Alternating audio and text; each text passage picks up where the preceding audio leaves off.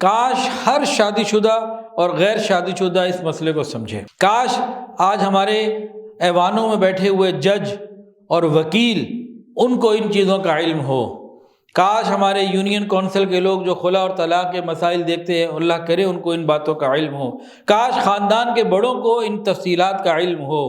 کاش ہر فرد کو، ہر مرد کو، ہر عورت کو ان باتوں کا علم ہو، تو ہمارے تباہ ہوتے ہوئے گھر بچ سکتے ہیں۔ طلاق ایک وقت میں زیادہ سے زیادہ 3 ہوتی ہیں۔ ایک مرد کو شادی کے بعد زیادہ سے زیادہ جو طلاق کا حق ملتا ہے وہ 3 کا ہے۔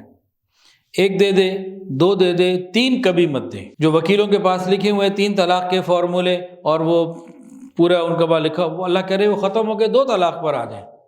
بہت بڑا ظلم ہے اس وقت، بہت بڑا ظلم ہے۔ جو ویسے ہی اکٹھے 3 دینا گناہ ہے، لیکن اگر ایک مجلس میں 3 دے دیں تو 3 ہی ہوتی ہیں۔ یہ ایک بہت بڑا فتنہ ہمارے معاشرے میں ہے کہ نہیں، ایک مجلس میں 3 تھپڑ مارو تو وہ 3 طلاق دے دو تو 1۔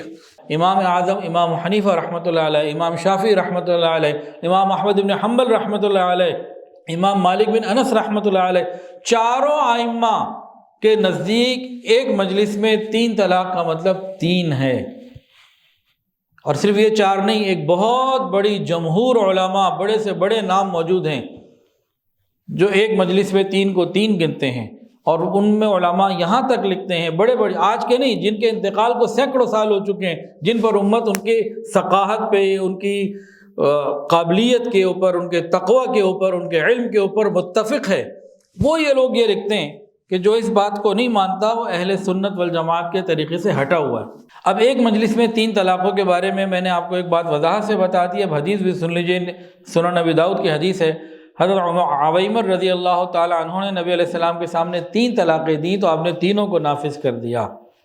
اور بخاری شریف کی حدیث ہے، عبداللہ ابن عمر رضی اللہ تعالی عنہما سے روایت ہے کہ جب ان سے اس شخص کے بارے میں سوال کیا جاتا جس نے 3 طلاقیں دی ہوں تو فرماتے اگر تو نے 1 یا 2 طلاقیں دی ہوتی تو رجوع کر سکتا تھا، اس لیے کہ حضور صلی اللہ علیہ وسلم نے مجھ کو اس میں رجعت کا حکم دیا تھا۔ اگر 3 طلاقیں دے دیں تو عورت حرام ہو جائے گی یہاں تک کہ دوسرے مرد سے نکاح کرے۔